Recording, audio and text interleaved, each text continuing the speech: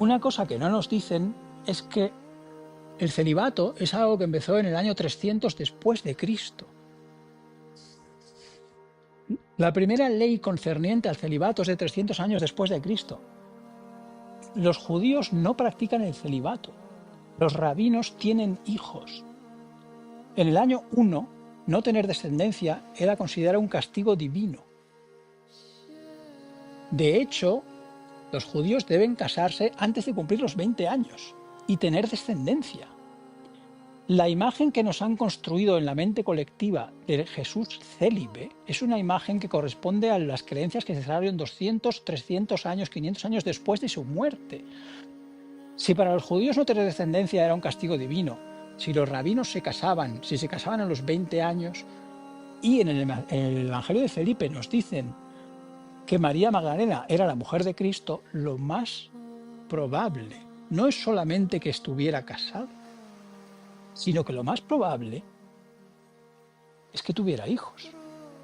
Y ahí viene el problema más grande que tiene la Iglesia Católica, que es, ¿para qué va a venir la gente a la Iglesia a pedirnos consejo si pudieran ir a hablar directamente con los descendientes del Salvador?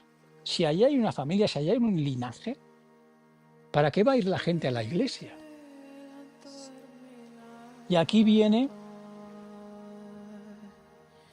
la locura que tuvo que hacer María Magdalena. Cuando crucificaron a Jesús, según algunas teorías, María Magdalena estaba embarazada.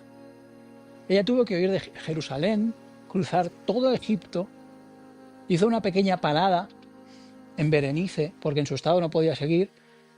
Después cruzó Tripolania, cruzó el mar Mediterráneo y llegó cerca de Marsella, un pueblecito que se llama Saint-Marie-de-la-Mer. Cuando consiguió llegar a Saint-Marie-de-la-Mer, su hija Sara tenía 1 año, porque en aquella época viajar no era como ahora. En aquella época había que viajar a pie, o a caballo, o en carromato, o en barco.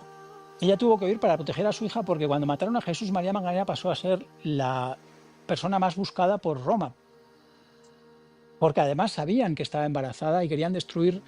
Claro, para ellos el hecho de que Jesús tuviera una hija era inconcebible, porque si ellos promulgaban el celibato no podían permitir que eso fuera así.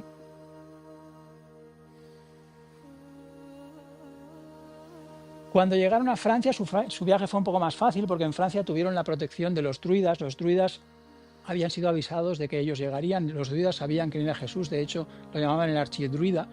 Y a partir de aquellos fueron protegidos por los druidas, atravesaron la Galia completa y llegaron a donde decidieron establecerse Sara, que era la hija de Jesús y María Magdalena, que era Avalon. Avalon hoy en día se considera que es una tierra mítica, legendaria, inexistente, donde el rey Arturo fue sanado de sus heridas, pero en realidad Avalon es lo que hoy llamamos Glastonbury, que era una isla.